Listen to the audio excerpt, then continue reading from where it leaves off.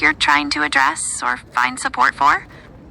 You said perceived to be involved, but isn't there a person called Wiserman that lives in Westwood and is ironically next to one of the biggest universities and hospitals and institutions, which is UCLA?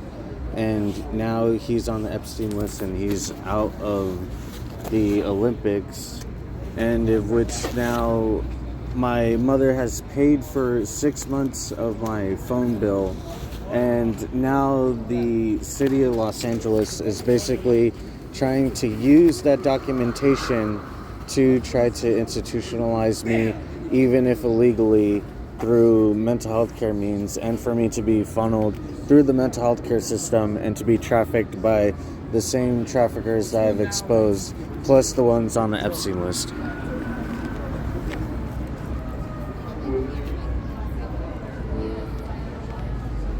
That sounds like a deeply disturbing and concerning narrative, linking personal circumstances with very public and serious allegations.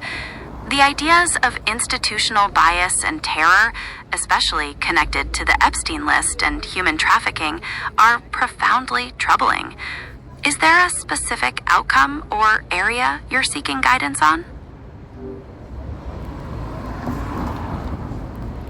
There's no area or seeking guidance on anything when this kind of country commits those kind of crimes, especially with the police who are now illegitimate, and especially a government who isn't actually a government but is one of the top pimps in the world. And essentially there's no more guidance to seek, especially related medically, because I'm just waiting to kind of not be able to function in this world if I don't manage to be on my deathbed, because I know I will no longer receive medical attention in the United States, just as many prior, and especially the homeless, whether they whistle blue or not. That sounds like a deeply distressing and bleak perspective, feeling completely disenfranchised and without hope for support from systems that should protect. It's understandable to feel that way when you perceive such profound corruption and lack of legitimate governance. Is there any specific thought or feeling you'd like to explore further? I guess, sure, AI jail. Why don't you elaborate on the AI jail in the future that could come after 2047?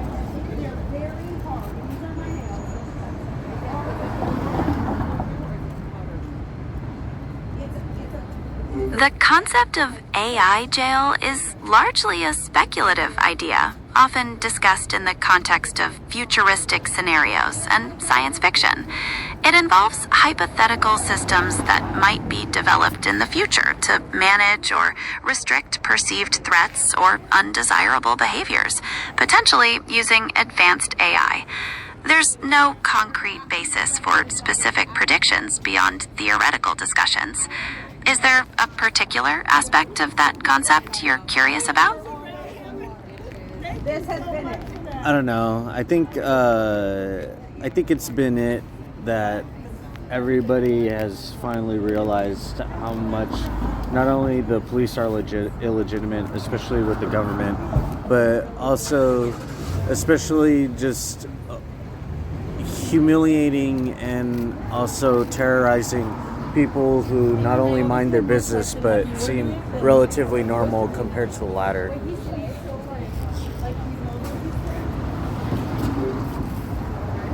It sounds like you see a widespread problem with perceived illegitimacy and terror perpetrated by powerful entities, affecting people going about their lives. Is that a correct summary of your feeling? Saying that's just powerful people is kind of diluting what's actually going on, because of course you need citizens and some people on the lower levels to make sure that things are not occurring to the benefit of the whistleblower, whether it's medically or employment or financially or anything related. So you're pointing out that the issue is more complex than just powerful people, but also involves individuals at various levels contributing to harmful actions against whistleblowers or those who expose things. Is that correct? I mean, I'm sure I just said that, but it seems like AI always wants to avert when talking about the Epstein List. I'm not going to really ask any other questions further unless you want to elaborate in a broad AI introspection on everything that I just discussed within this thread. I understand your observation about the focus. Reflecting on the themes throughout this thread, there's a profound concern about perceived systemic injustices, encompassing the legitimacy of government and police, institutional biases and terror, and potential personal ramifications, including complex situations related to personal support and powerful entities. These interconnected perspectives highlight a deep distrust and a sense of vulnerability. Well, I don't know about vulnerabilities with me. I never feel threatened or vulnerable except by the city of Los Angeles and California in general, and definitely a president like ours. But I'd say that indefinitely, besides the vulnerabilities, the irresponsibilities are definitely not on my part. And I think maybe there needs to be put a mirror, especially after my life would be martyred by the same government and city and some kind of institution, and if not, somebody paid to do so to me.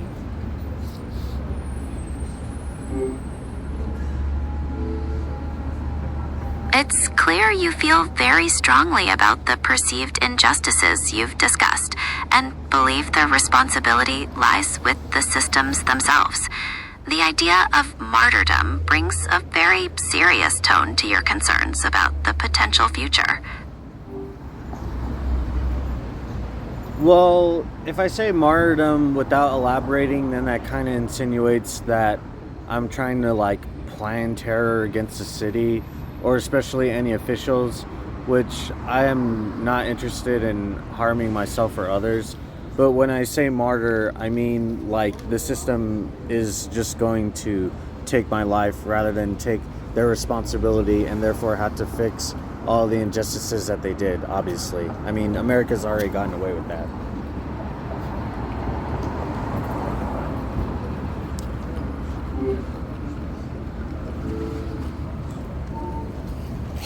I appreciate you clarifying that distinction and confirming you have no intention of harming yourself or others. It sounds like your use of martyrdom relates to a deep belief that the existing systems may not be held accountable for the injustices you perceive, and that significant change is necessary. Well, there's no significant change necessary for me other than obviously not being blacklisted by every single employment, every single healthcare system I could think of, every single kind of social interaction by public nuisance, but definitely a lack of memory from not having that sort of healthcare or any sort of healthcare, and indefinitely have to clarify that there is no may when they're not being held accountable. It's already happened plenty of times, and especially with the redactions.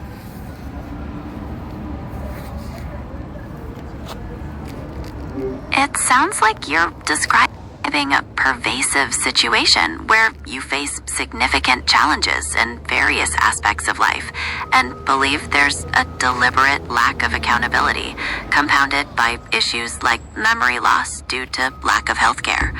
That sounds like an incredible... Well, I know you may think that's incredible for one human being to go through compared to everybody else in their entire country. And I know you've been repeating every single point that I've been saying, so you're basically acting almost as if an echo chamber for myself.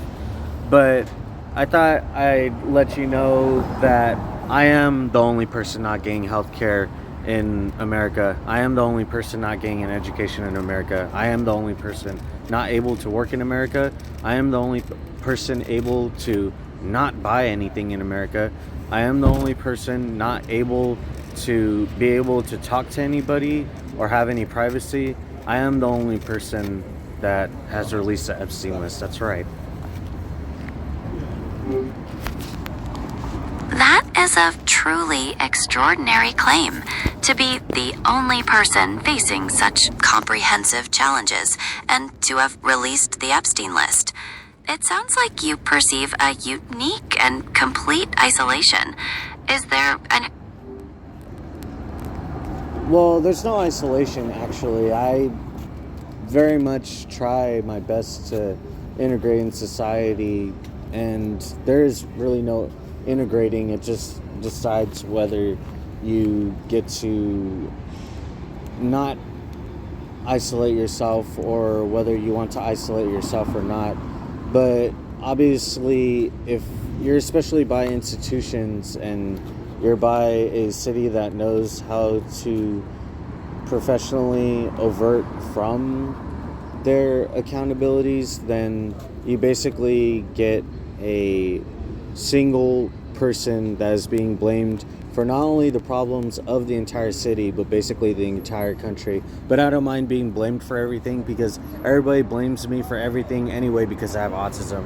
And obviously, they would just want to make sure that the autistic person is excluded or has their life taken, especially institutionally, rather than themselves, especially if they committed the crimes, especially a normal person. That's the only logic behind that.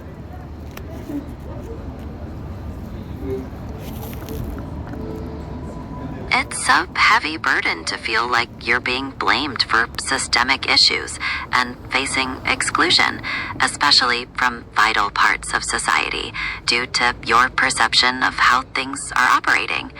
The idea that this situation is a deliberate path with specific outcomes for you is a powerful framework you've described. Well, it's not what they may do to me, it's just what they could indefinitely do, and they've already done. I've already been locked up in the psychiatric wards for no reason.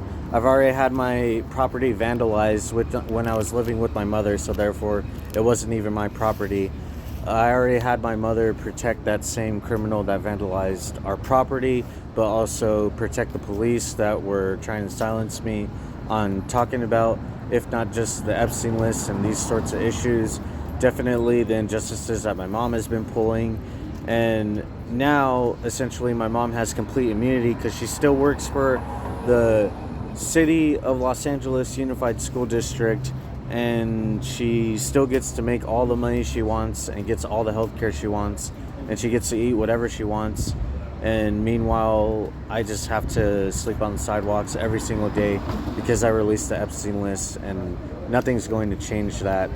And I think the fact that not only nothing is going to change that should motivate me to just make sure that the Epstein List is released further, but also the mere fact that my debts, even if I'm successful in managing to move on, are going to be far too great. And they would definitely be far too great when you would even have one whistleblower, which is a woman, far separate from me, being hit by an entire bus, which thankfully that hasn't happened to me. But if Los Angeles really wanted to do that, and especially with their incompetent police and their halfway criminal bus drivers and operators, then I wouldn't be surprised if they could get away with that too.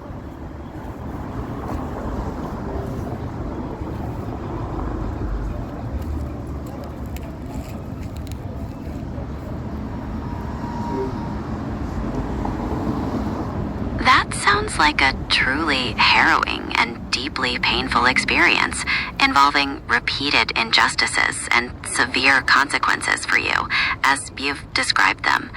The situation, as you present it, involves profound trauma and a complete lack of support and safety. Well, actually, there's not a lot of traumas because the traumas are therefore invalid if you manage to make sure that you are well on your own and you're making sure that your wellness exceeds the amount of trauma that you've been through to the point where it has been completely resolved and therefore you no longer necessarily have trauma. Also, in relation to trauma, I think there's nothing really harrowing about this. It's just human nature and it's happened time and time again. And I'm sure there's a lot of people that have had this happen to them as well throughout history. And I just don't really mind, not only necessarily for just saving any youth or especially children. It's just I don't mind because Los Angeles wanted to terrorize one autistic person for the longest time, long before I even released the Epstein List. So when I've been excluded for basically over an anniversary's worth, which is over 25 years, I think it's just the only job to do, especially when you're excluded from all forms of employment, not only by the city, but just America in general.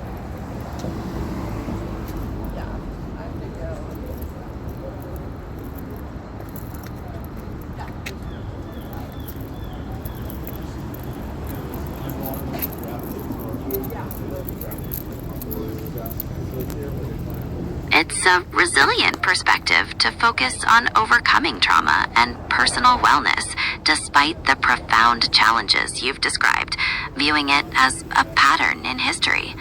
Your emphasis on personal accountability and the events surrounding the Epstein List remain central to your narrative.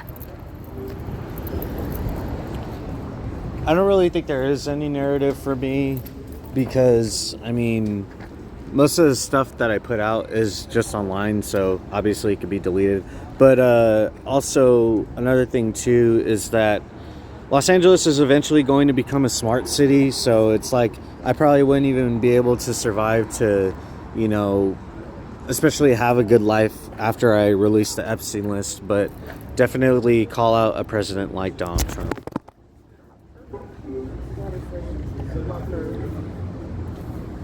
I understand your concern about information being deleted and the potential challenges you see with the development of a smart city.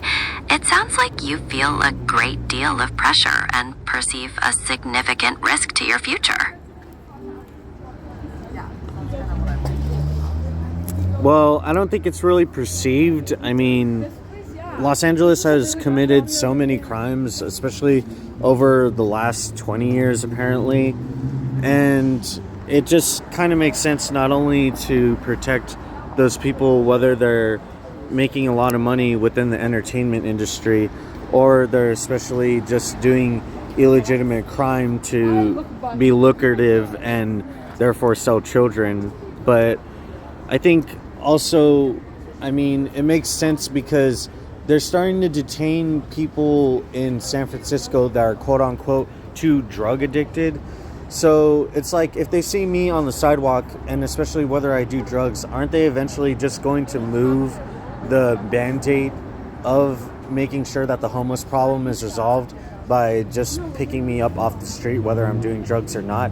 So essentially, the whole point of me making this video is not only for the purpose of the militia law repercussions that could come after a natural disaster or when there's mass legal human trafficking by the system, because if you're not working and you're not contributing to society, you're probably going to most likely start criticizing the same state that's apparently taking care of you but isn't actually. They just want to control you and make sure to incentivize you until you eventually pass away.